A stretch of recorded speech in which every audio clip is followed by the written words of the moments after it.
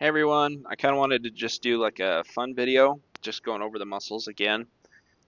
This is coming from the Trigger Point book that I have listed at the end of the video.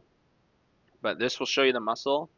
The blue dots are showing you like where you could have a knot, and these pictures right here are showing you pain that could be radiating because of the knots that are located in the muscle. So here's your trap. Um, a knot up here in the upper portion of that trap. I've seen that it can cause headaches. Working with people and trying to relieve these, they'll say, "Oh, I feel this like pain in my head. It's crazy," because you'll be pushing on a knot that's down here in their shoulder. Um, Again, you have one in the upper, it could come up into the neck as well, and a lower one can even come up into that shoulder, if not up into the neck. Some basic information. This book is awesome for giving you like the actions, the nerves that move it, origins, and insertions. It'll also on the other pages next to them, it'll show you like ways that you can get rid of the knots and stretches, which I didn't include.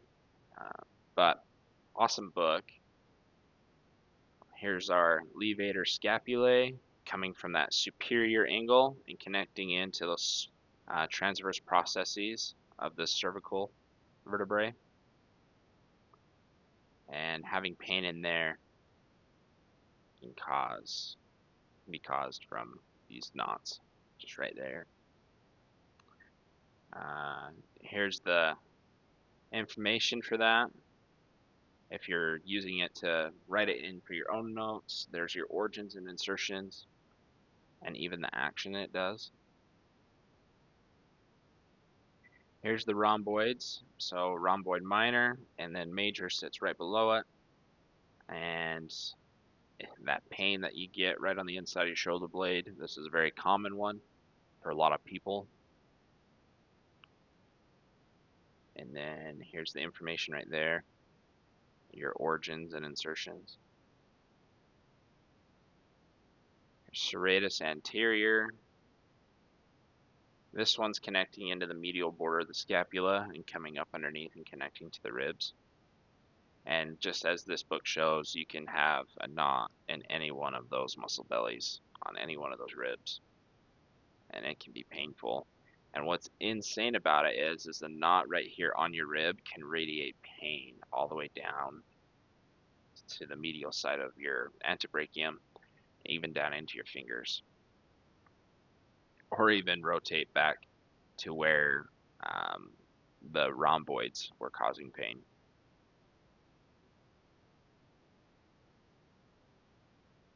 So we have pec minor, or pec major, sorry, and in the chest, and it can even carry down just like that serratus did. And here's some of the information right there. Here's our latissimus dorsi.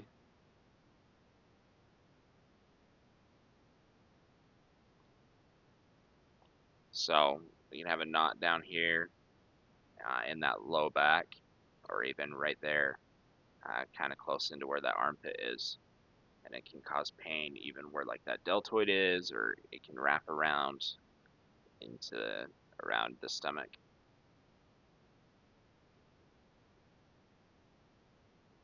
Or even come down into the arm. There's origins and insertions and your actions. Here's your deltoid.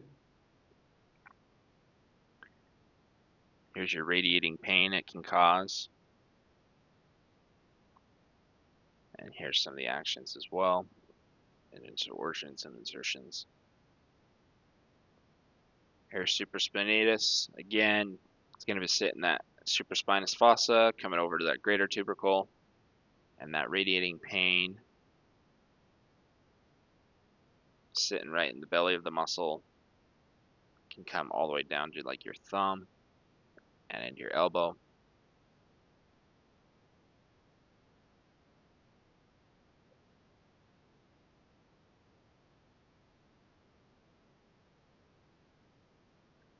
Here's infraspinatus.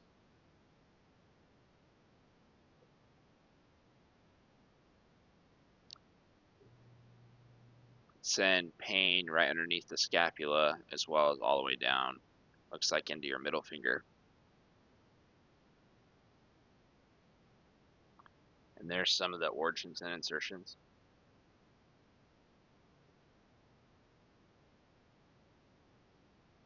Here's your teres minor.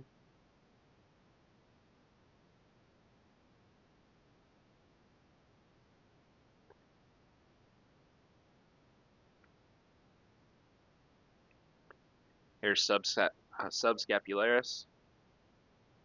Again, that one sits on the anterior side of that scapula, and it's coming up and connecting into that lesser tubercle. Crazy is it can send pain clear down into your wrist.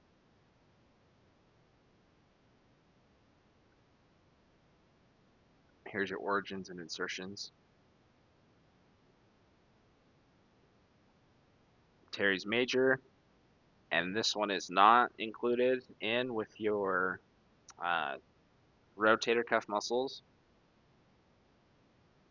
We include it in with the muscles that connect into your intertubercular groove.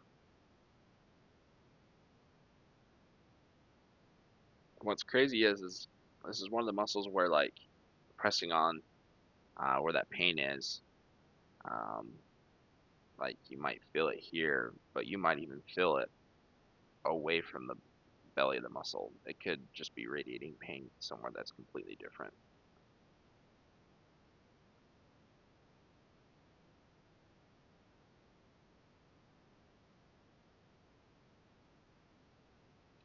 So that's it for this video. Like I said, it's kind of like a fun video, but it also gives you lots of information on a lot of the muscles that we cover in the course, like origins, insertions, the nerves that innervate them, the actions that they do. So I encourage you to write some of that information down. Um, but hopefully it was helpful. Hopefully you liked it. I think it's absolutely insane to look at these trigger point patterns. You can look them up for any muscle, and you'll find them on Google. But that's it for this video, and hopefully we'll see you in the next one. All right, I just want to give credit where credit is due. These are the books and the resources I used for the videos. So first we have Essentials of Human Anatomy by Dr. Kurt Walker. We then have Essential Clinical Anatomy by Keith L. Moore and M.R. Auger and Arthur F. Daly. I also used Structure and Function of the Human Body by Mark Nilsson and Jamie Garbett. The last book I have is The Concise Book of Trigger Points by Simon Neil Asher. And then I used the app called Complete Anatomy. As you've seen from the videos, it's amazing. If you can afford it, I suggest it. It's such a useful tool when learning this stuff. So that's it. Have a good day.